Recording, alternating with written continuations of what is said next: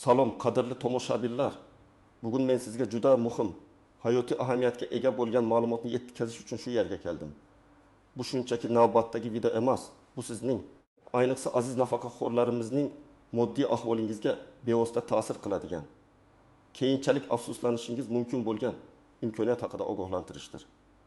Agar siz bu videoni oxirigacha ko'rmasangiz, minglab, balki millionlab so'mlik qo'shimcha to'lovlardan mahrum bo'lishingiz mumkin.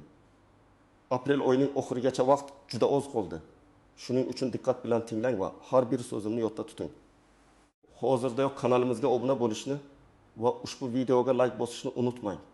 Chunki bu ma'lumotni imkon qadar ko'proq odam ko'rishi kerak.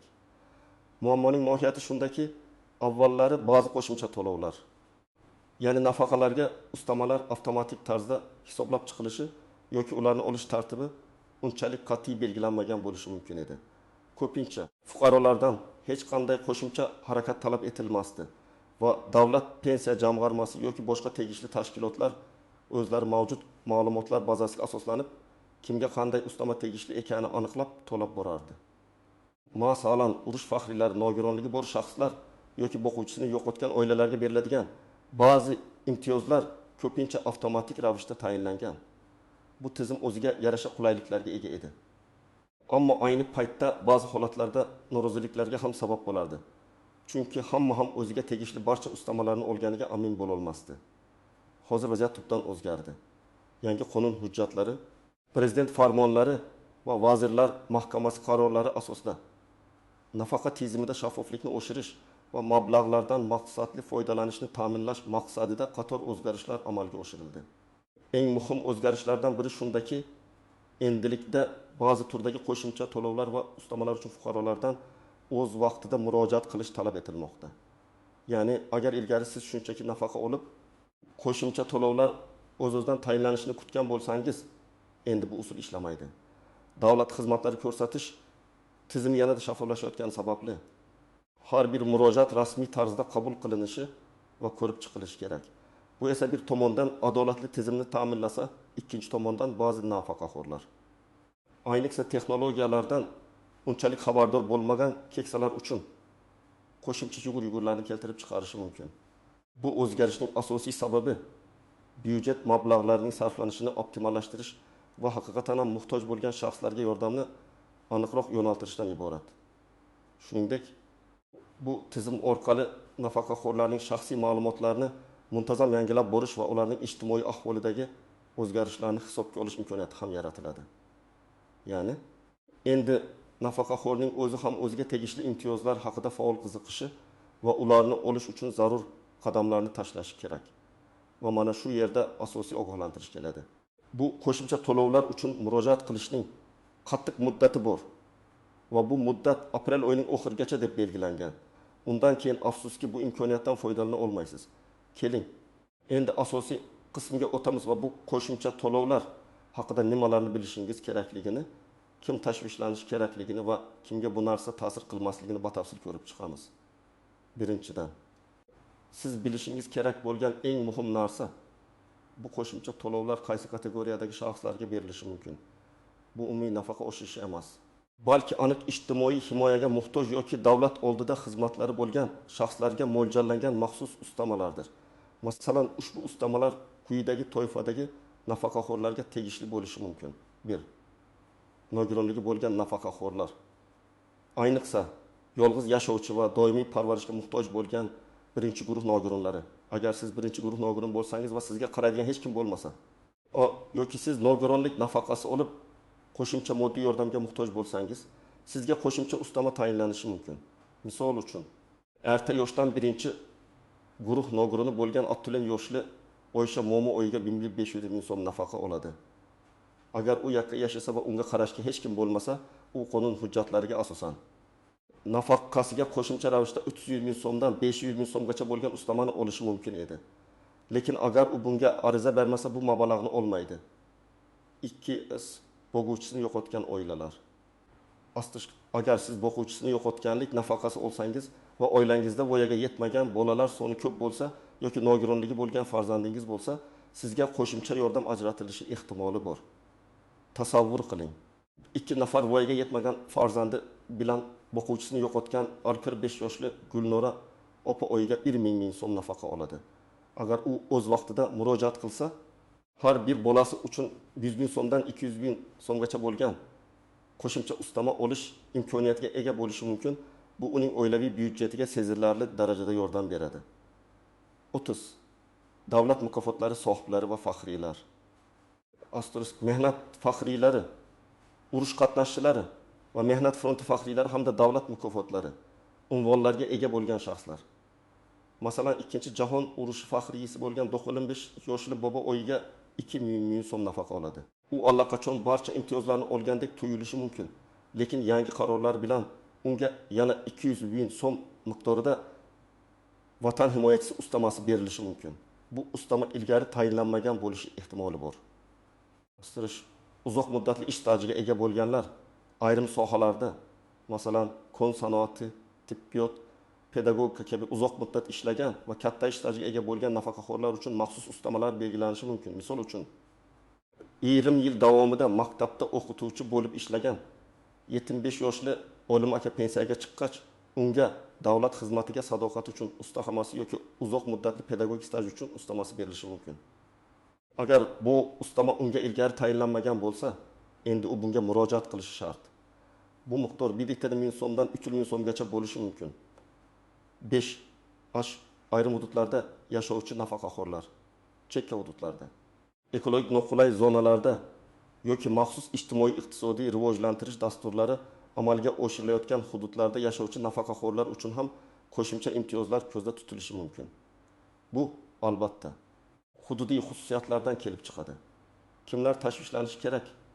Asosan yuqorida sanab o'tilgan toifalarga mansub bo'lgan, ammo pensiya hujjatlarini oxirgi marta uzoq yillar oldin rasmiylashtirgan yoki o'zining ijtimoiy ahvolida, masalan, nogironlik guruhining o'zgarishi, oilaviy holatdagi o'zgarishlar, qo'shimcha mukofotlar olish kabi o'zgarishlar bo'lgan, ammo bu haqda pensiya jamg'armasini xabardor qilmagan nafaqaxo'rlar tashvishlanishlari kerak. Shuningdek, ilgari arizalar ko'rib chiqilmagan yoki rad etilgan bo'lsa ham, endi qayta murojaat qilish imkoniyatini ko'rib chiqishlari lozim. Kimlar tashvishlanishi shart emas. Agar siz oddiy yoshga doir nafaqa oluvchi bo'lsangiz va sizda yuqorida sanab o'tilgan imtiyozli holatlarning hech biri mavjud bo'lmasa, shuningdek nafaqangizni yaqinda rasmiylashtirgan bo'lsangiz va barcha zarur hujjatlarni topshirgan bo'lsangiz, ehtimol sizga allaqachon barcha tegishli ustamalar tayinlangan bo'lishi mumkin. Ammo baribir xotirjam bo'lish uchun o'zingiz yashayotgan hududdagi pensiya jamg'armasi bo'limiga murojaat qilib, o'zingizga tegishli ustamalar bor yo'qligini aniqlashtirib olishingiz zarar qilmaydi. Bu kichik bir harakat sizni katta puldan mahrum bo'lishdan asrashi mumkin. Keling, endi qoidalardagi istisnolar, ehtimoliy xatarlar va sezilmaydigan nozik jihatlar haqida gaplashamiz. Ba'zi istisnolar mavjud bo'lishi mumkin. Masalan, ba'zi bir juda muhim toifadagi shaxslar uchun, masalan, xalq qahramonlari yoki O'zbekiston qahramonlari uchun ustamalar avtomatik tarzda to'lanishi davom etishi mumkin. Ammo bu juda kam uchraydigan holat. Umumiy qoida shuki, agar siz yuqorida tilga olingan toifalardan biriga kirsangiz, murojaat qilish shart. Yana bir istisno shuki, agar nafaqaxo'r yotoqda yotgan bo'lsa va shaxsan murojaat qila olmasa, uning nomidan ishonchnoma asosida yaqin qarindoshlari, turmush o'rtog'i, ota-onasi yoki qonuniy vakillari murojaat qilishlari mumkin. Bu holatda ishonchnoma notarial tartibda tasdiqlangan bo'lishi va nafaqaxo'rning shaxsiy holatini tasdiqlovchi tibbiy ma'lumotnoma ilova qilinishi talab etiladi. Bu o'z navbatida ayrim holatlarda qiyinchiliklar tug'dirishi mumkin. Shuning uchun bunga oldindan tayyor turish lozim. Ehtimoliy xatarlar va nozik jihatlar esa juda ko'p. Birinchidan, noto'g'ri hujjat topshirish eng keng tarqalgan muammolardan biri. Hujjatlar to'liq bo'lmasligi, eskirgan ma'lumotlarni o'z ichiga olishi yoki noto'g'ri nusxalangan bo'lishi mumkin. Masalan, nikoh guvohnomasi o'rniga tug'ilganlik guvohnomasi topshirish yoki mehnat daftarchasidagi barcha yozuvlarning nusxasi bo'lmasligi. Har bir hujjatning asl nusxasi va notarial tasdiqlangan nusxalar talab qilinishi mumkinligini unutmang. Ikkinchidan, asriy ma'lumotlarning yetishmasligi. Ba'zida nafaqaxo'rlar o'zlariga tegishli barcha imtiyozlar haqida to'liq ma'lumotga ega bo'lmaydilar. Masalan, bir vaqtlar olgan davlat mukofoti unutilib ketgan bo'lishi mumkin. Pensiya jamg'armasi ma'lumotlar bazasida Bu haqda yozuv bo'lmasa, uni sizning o'zingiz isbotlashingiz kerak bo'ladi. Uchinchidan, asterisk noto'g'ri tashkilotga murojaat qilish. Ba'zi qo'shimcha imtiyozlar pensiya jamg'armasi tomonidan emas, balki boshqa ijtimoiy ta'minot tashkilotlari, masalan, mahalliy hokimliklarning ijtimoiy himoya bo'limlari yoki bandlik va mehnat munosabatlari vazir tizimidagi boshqa bo'linmalar tomonidan berilishi mumkin. Agar siz noto'g'ri joyga murojaat qilsangiz, vaqt yo'qotasiz. Bu esa aprel oyining qisqa muddati uchun juda muhim. To'rtinchidan, asterisk firibgarlik holatlari, afsuski aholining ishonuvchanligidan foydalanib turli firibgarlar paydo bo'lishi mumkin. Ular qo'shimcha to'lovlarni rasmiylashtirishda yordam berishni taklif qilib, evaziga pul talab qilishlari yoki shaxsiy ma'lumotlaringizni o'g'irlashga urinishlari mumkin. Esda tuting, davlat xizmatlari bepul ko'rsatiladi. Davlat boji bundan mustasno va hech qachon shaxsiy bank ma'lumotlaringizni, ayniqsa PIN kodlaringizni begonalar bilan bo'lishmang. Har doim rasmiy tashkilotlarga murojaat qiling. 5-dan, asosiy qo'shimcha to'lovning boshqa imtiyozlarga ta'siri. Ba'zi hollarda bir turdagi qo'shimcha to'lovni olish boshqa turdagi yordam miqdoriga ta'sir qilishi mumkin. Masalan, umumiy daromadingiz oshgani sababli boshqa bir ijtimoiy yordamni olish huquqingiz yo'qolishi mumkin. Bu holatlarni aniqlashtirish uchun albatta mas'ul xodimlar bilan batafsil suhbatlashish zarur. 6-dan, asterisk samaradorlik sanasi. Asterisk ustama siz murojaat qilgan oydan boshlab to'lanishi mumkin yoki ba'zi hollarda qonuniy asoslar mavjud bo'lganda avvalgi davrlar uchun ham qayta hisoblash imkoniyati bo'lishi mumkin. Lekin ko'pincha murojaat qilgan oydan boshlab kuchga kiradi. Shu sababli muddatni cho'zmaslik muhim. 7-dan, ma'lumotlarni muntazam yangilab borish. Ustamani olib bo'lganingizdan keyin ham oilaviy holatingizda, yashash joyingizda yoki sog'lig'ingizda, masalan, nogironlik guruhining o'zgarish, biron bir o'zgarish bo'lsa, bu haqda pensiya jamg'armasiga xabar berishingiz shart. Aks holda ortiqcha to'langan mablag'ni qaytarib berishingizga to'g'ri kelishi mumkin. Endi esa eng muhim qism, nima qilish kerakligi haqidagi amaliy maslahatlar. Bu juda aniq va qadam-baqadam ko'rsatma. Birinchi qadam, o'zingizga tegishli bo'lishi mumkin bo'lgan qo'shimcha to'lov turini aniqlashtiring. Yuqorida sanab o'tilgan toifalardan qaysi biriga kirishingizni ko'rib chiqing. Agar siz bunga amin bo'lmasangiz, ikkinchi qadamga o'ting. Ikkinchi qadam, zudlik bilan o'zingiz yashayotgan hududdagi asterisk davlat xizmatlari markazi, DXM yoki pensiya jamg'armasining tuman shahar bo'limiga murojaat qiling. Hozirda ko'plab davlat xizmatlari DXM orqali ko'rsatilayotganini inobatga olsak, avvalo DXMga borishingiz maqsadga muvofiq bo'ladi. U yerda sizga mutaxassislar aniq maslahat berishadi va qaysi turdagi ustamalarga huquqingiz borligini aniqlashda yordam berishadi. Murojaat qilganingizda pensiyamga qo'shimcha ustamalar mavjudligi haqida ma'lumot olmoqchi edim.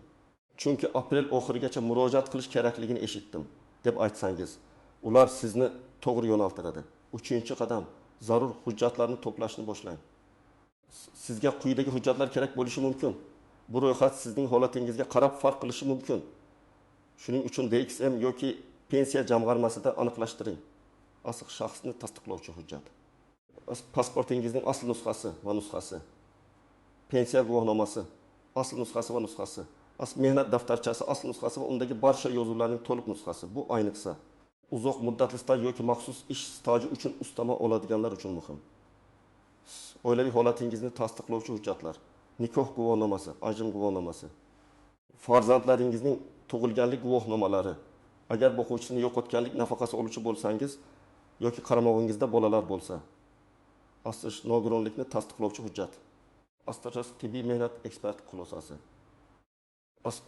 davlat mukofotlari, unvonlar va faxriy unvonlar haqidagi guvohnomalar, agar sizda yashash joyi haqida ma'lumot, kadastr hujjatlari yoki mahalla fuqarolar yig'inida ma'lumotnoma, agar yashash joyingizga bog'liq ustama bo'lsa, bank hisob varag'i ma'lumotlari, pensiya mablag'lari o'tkaziladigan kartangiz raqami yoki hisob varag'ingiz rekvizitlari.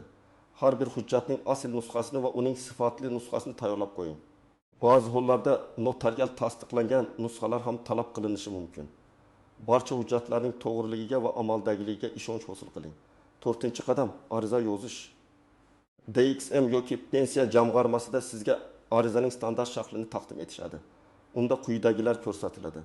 Murojaat qiluvchining ish pasport ma'lumotlari yashash manzili va aloqa telefon raqami.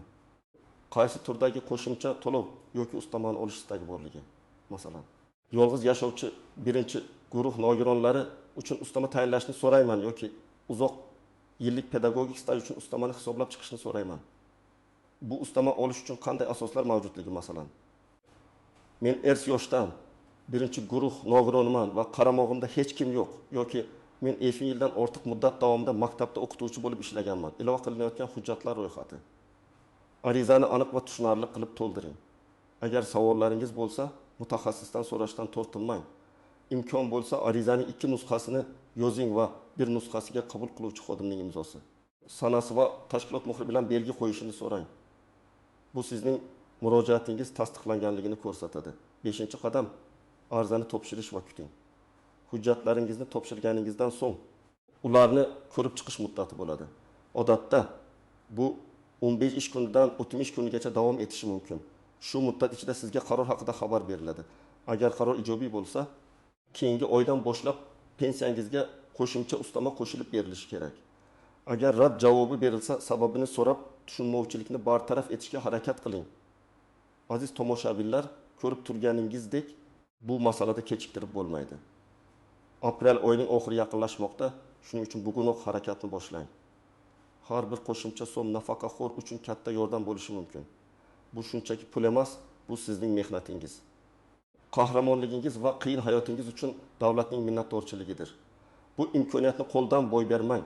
Videoni ko'rganingiz uchun rahmat. Fikringizni izohlarda yozing. Balki sizda ham shunga o'xshash vaziyatlar bo'lganmi yoki qo'shimcha ma'lumotlaringiz bormi? Barcha savollaringizga imkon qadar javob berishga harakat qilamiz. Ushbu videoga like bosing va do'stlaringizga, tanishlaringizga, ayniqsa nafaqaxo'r yaqinlaringizga ulashishni unutmang. Bu ma'lumot kimningdir hayotini yaxshilashga yordam berishi mumkin.